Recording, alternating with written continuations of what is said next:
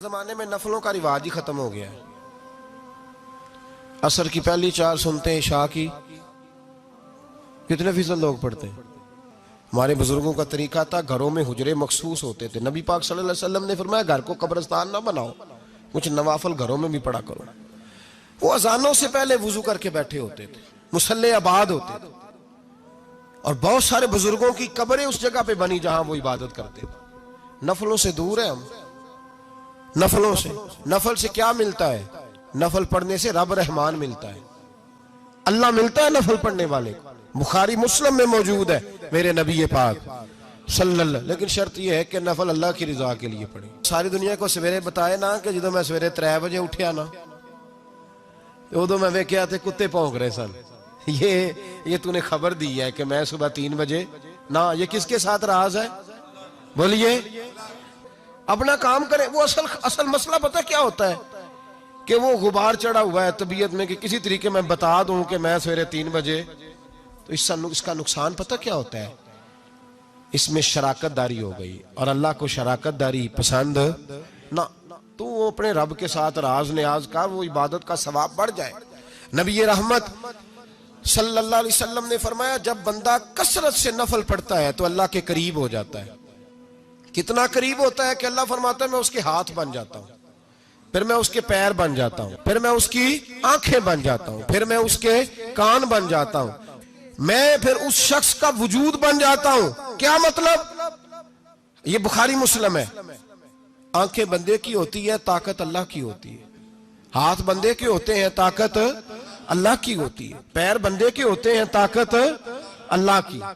अल्लाह की इबादत करें, इबादत से बरकत आती है। हजरत अबू इदरीस खौलानी रहमतुल्लाह अलैह हजरत माज बिन जबल के शागिर्द थे, ताबी थे, ताबी बुजुर्ग थे। फरमाते हैं कि मैं जब से हजरत माज बिन जबल की सोबत में बैठा ना, तो बुरे कारोबारों से मेरी तबीयत तो चाट हो गई। कई कारोबार में देखता तो झूठ बोलना पड़ता, उसमें बड़ा कुछ करना पड़ता, तो मुझे डर आता। आप फरमाते मैंने ना बड़ी कोशिश की, पर मेरी मर्जी का काम मुझे। सूफी काहिल नहीं होते, सुस्त नहीं होते, झूठ नहीं बोलते। फरमाते मेरे अंदर ताकत थी कि मैं हलाल कमा के बच्चों को खिलाऊं, पर मेरी मर्जी का काम नहीं मिलता था। हद हो गई। और जब इंसान नेकी की तरफ आता है तो कुछ न कुछ आजमाइशें जरूर आती हैं, ये पक्की बात है, पक्की बात।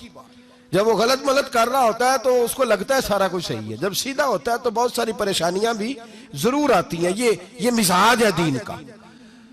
आप फरमाते मैं परेशान रहने लगा, हालात खराब होने लगे, आजमाइश सख्त होने लगी, कारोबार बंद हो गया, काम ही कोई नहीं मिलता था।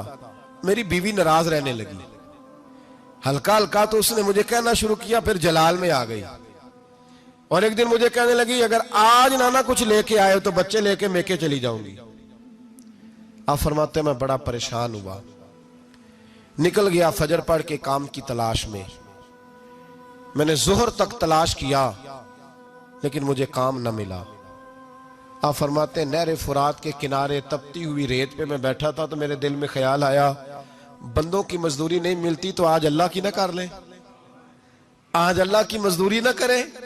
आप फरमाते मैंने गर्म रेत से तयम्मुम किया, वुजू किया वहीं फुरात, और गर्म रेत पे कपड़ा बिछाया तो नफल पढ़ने शुरू कर दिए। जोर से असर तक नफल पढ़े। फरमाते मैंने कहा आज अल्लाह की मजदूरी करे, जोर से असर तक नफल पढ़े गरम रेत पे। और जब असर हुई ना तो मैंने अपने रुमाल में ना थोड़ी सी रेत बांध ली। घर की दीवारें छोटी छोटी थी। मैंने कहा बीवी ने देखा ना खाली हाथ आया है तो अंदर से शोर करेगी, हम साहे भी सुनेंगे, तो चलो जब देखेगी ना रुमाल में कुछ है हौसला करेगी, जब अंदर जाऊंगा तो समझा लूंगा।